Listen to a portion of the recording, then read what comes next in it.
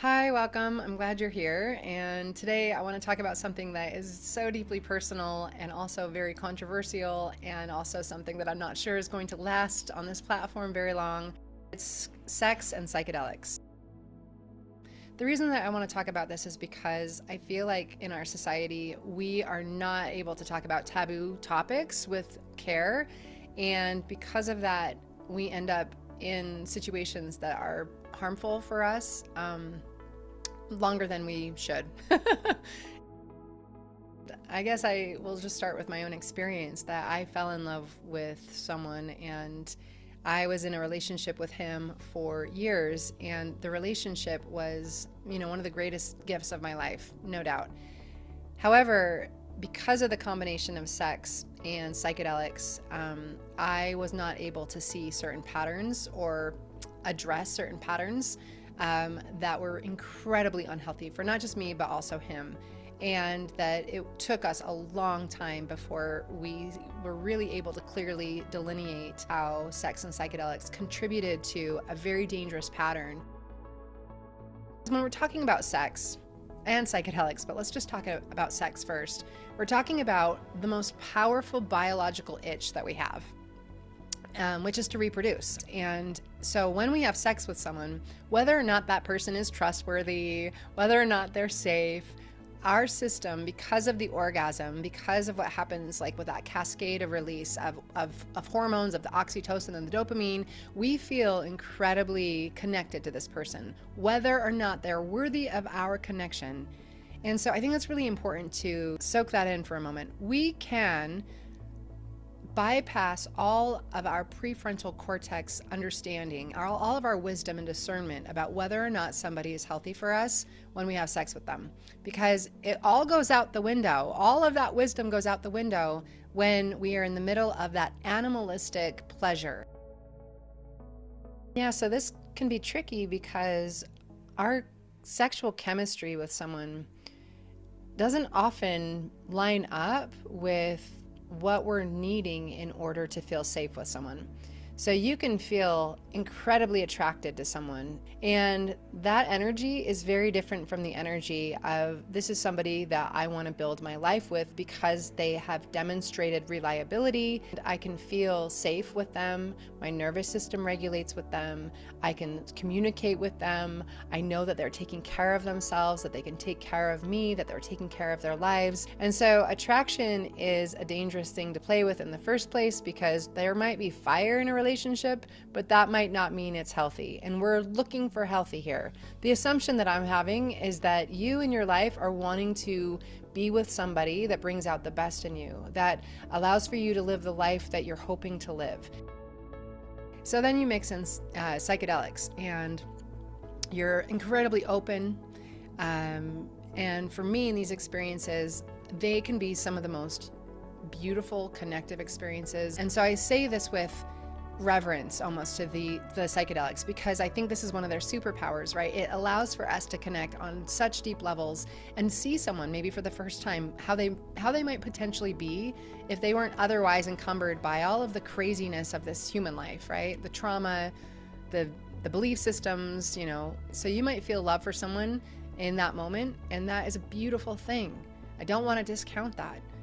But that's not the same thing as being able to be compatible with someone or to be able to feel safe with someone outside of that substance. And so this happens a lot in psychedelic spaces where someone can imprint, they can see the best in someone, and it like tethers them to that person. These are very vulnerable places where you can get stars in your eyes for almost anything, and for yourself even. And those stars are beautiful, but those are just indicators of potential. There's a lot of work that is required to actually get to those spaces. And if someone's not willing to put forth the work, they might not ever manifest that, in the 3D realm or in their day-to-day life, right?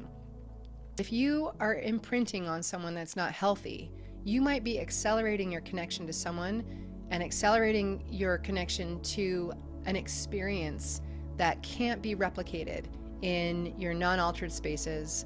And then you mix that together with sex, and it is a powerful combination. If you're not careful, you can fall in love with someone deeply and on a visceral level have it all reinforced through those chemicals, you know, and that altered experience that can keep you on a path that is so harmful.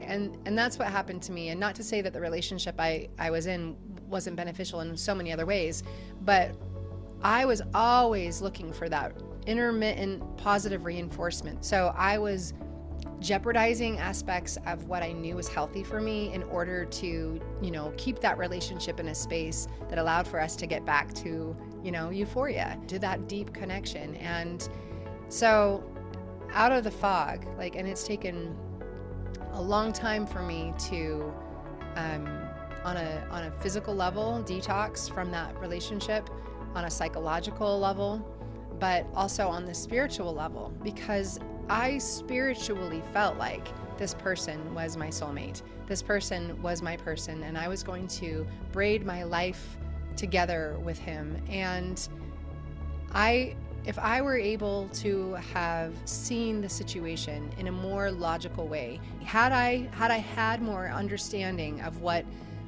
kind of power I was playing with, what kind of fire I was dancing with, I think I would have been a little bit more cautious.